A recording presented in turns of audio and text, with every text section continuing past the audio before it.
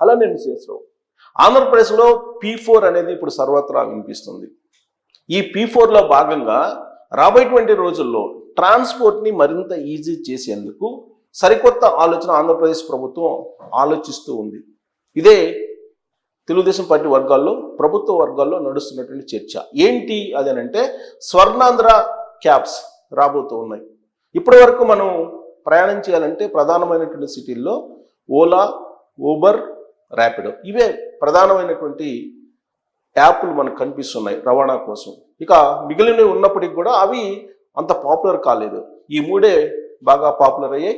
వీటి ద్వారా మనం కార్లని, ఆటోలని, అలాగే టూ వీలర్స్ని బుక్ చేసుకుంటున్నాము. సౌకర్యవంతమైనటువంటి ప్రయాణాన్ని కొనసాగిస్తున్నాము.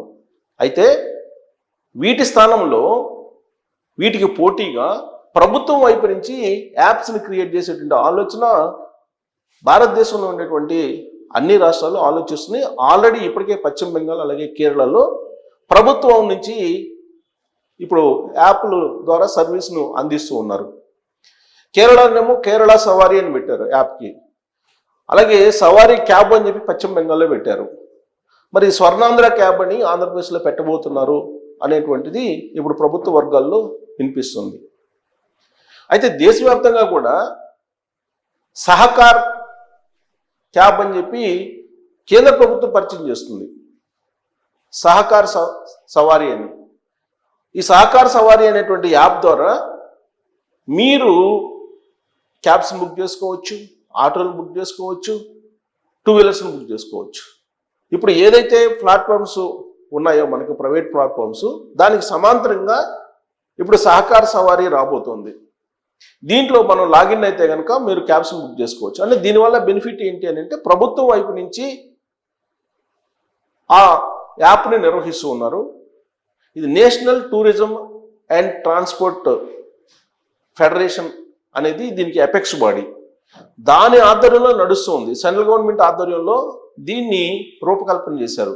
దాని అవసరం ఎందుకు వచ్చింది, ఎందుకు రూపకల్పన చేయాలనుకున్నారనంటే ప్రతిసారి కూడా క్యాబ్ డ్రైవర్స్ ధర్నాలు చేయటం మొదలు పెడుతూ ఉన్నారు. ఈ మధ్యకాలంలో మనం చూస్తే కనుక నో ఏసీ అంటూ నిరసనలు వ్యక్తం చేస్తూ ఓలా, ఊబర్, ర్యాపిడోకి సంబంధించినటువంటి క్యాబ్ డ్రైవర్స్ నిరసనలు వ్యక్తం చేశారు. దానికి కారణం ఏంటంటే కమిషన్లు ఎక్కువ తీసుకుంటున్నారు కంపెనీలు వాళ్ళు, అందుకు ఆందోళన చేపట్టారు. దాని మీద ఆంధ్రప్రదేశ్ అలాగే తెలంగాణలో కూడా కంప్లైంట్స్ వచ్చాయి. తెలంగాణలో ప్రత్యేకించి హైదరాబాద్లో ఈ 3 ప్లాట్ఫామ్స్ ద్వారానే ఎక్కువగా మనం ట్రాన్స్పోర్ట్ చేస్తూ ఉన్నాం, ట్రాన్స్పోర్ట్కి ఉపయోగిస్తూ ఉన్నాం. తరచూ వాళ్ళు ఏదో ఒక రకంగా ఆందోళన చేయడంతో ప్రయాణికులు ఇబ్బంది పడుతున్నారు. అందుకే ప్రయాణికులు కంప్లైంట్ చేశారు ప్రభుత్వానికి, తెలంగాణ ప్రభుత్వానికి కంప్లైంట్ చేశారు. అనేక సందర్భాల్లో తెలంగాణ రవాణా శాఖ వాళ్ళని పిలిచి క్యాబ్ డ్రైవర్స్ని మాట్లాడి సంప్రదింపులు జరిపినటువంటి సందర్భాలు కూడా చాలా ఉన్నాయి. అయినప్పటికీ ప్రైవేట్ ఆర్గనైజేషన్స్ కాబట్టి లాభాపేక్షతోటి మాత్రమే అవి పనిచేస్తూ ఉంటాయి. సేవా దృక్పథంతో పని చెయ్యవు. డ్రైవర్లకి కమిషన్ ఎక్కువ వాళ్ళ దగ్గర నుంచి తీసుకుంటున్నాయి. కమిషను అంటే మొత్తం ట్రావెల్ అమౌంట్లో కమిషన్ ఎక్కువగా తీసుకుంటుంది కంపెనీ.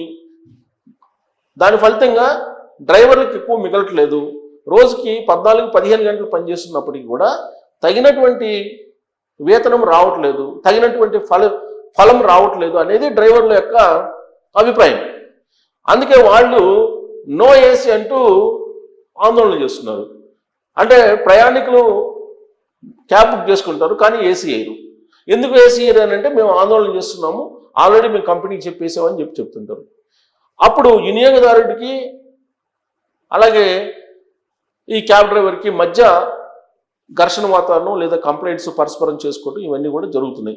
ఇదంతా కూడా ఒక పెద్ద తలనొప్పిగా మారింది ప్రభుత్వానికి. దీంతో ఏ ప్రభుత్వానికి ఆ ప్రభుత్వమే ఈ ప్లాట్ఫామ్స్కి సమాంతరంగా యాప్స్ని క్రియేట్ చేస్తూ ఉన్నాయి. అందుకే రాబోయేటువంటి రోజుల్లో ఆంధ్రప్రదేశ్లో కూడా ఇలాంటి సమస్య వచ్చేటువంటి అవకాశం ఉంది. ఇప్పటికే విజయవాడ, విశాఖపట్నం, తిరుపతి ఇలాంటి చోట్ల ఈ ర్యాపిడో, ఓలా అలాగే ఊబర్ సేవలు ఉన్నాయి.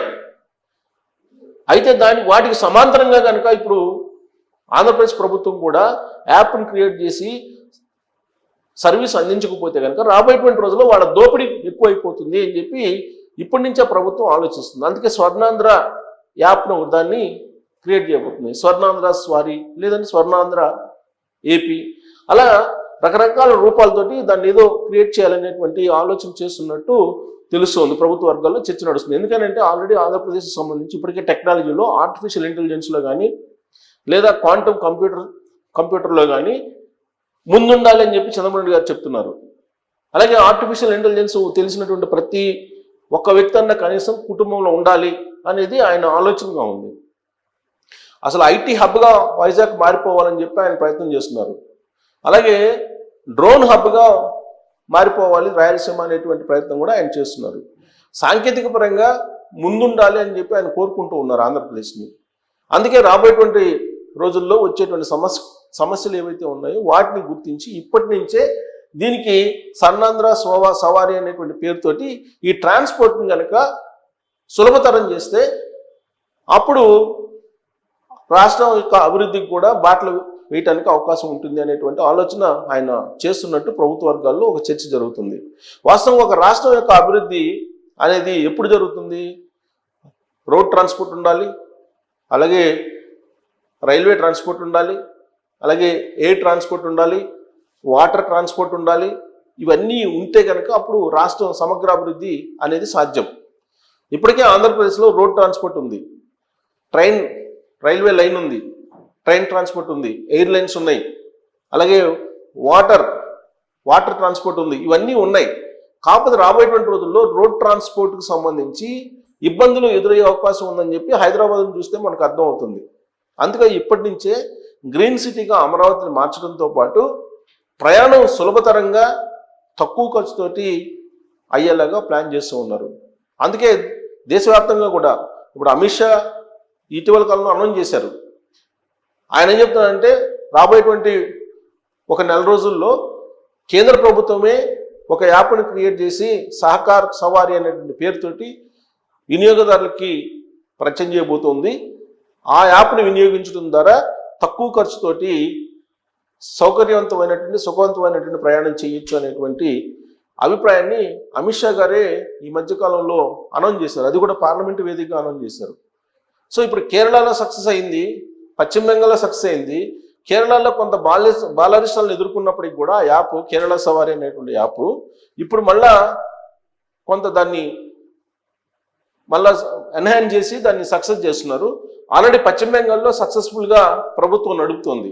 మరి ఆంధ్రప్రదేశ్లో కూడా నడిపేటువంటి ప్రయత్నం చేస్తూ ఉన్నారు. పశ్చిమ బెంగాల్లో మమతా బెనర్జీ సక్సెస్ఫుల్గా దీన్ని నడిపారు.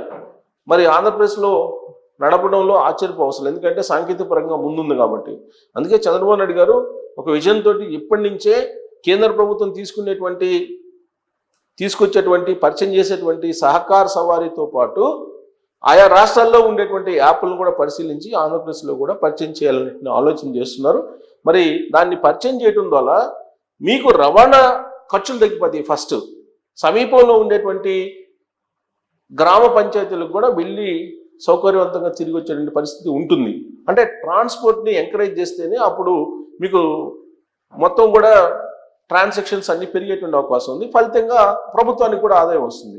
సో కాబట్టి ఆంధ్రప్రదేశ్లో స్వర్ణాంధ్ర సవారీ అనేటువంటి యాప్ రాబోయేటువంటి రోజుల్లో దీనివల్ల టోటల్ సినారియో అక్కడ ట్రాన్స్పోర్ట్ సినారియో మారబోతుందా అనే దాని మీద కామెంట్ చేయొచ్చు. Thank you.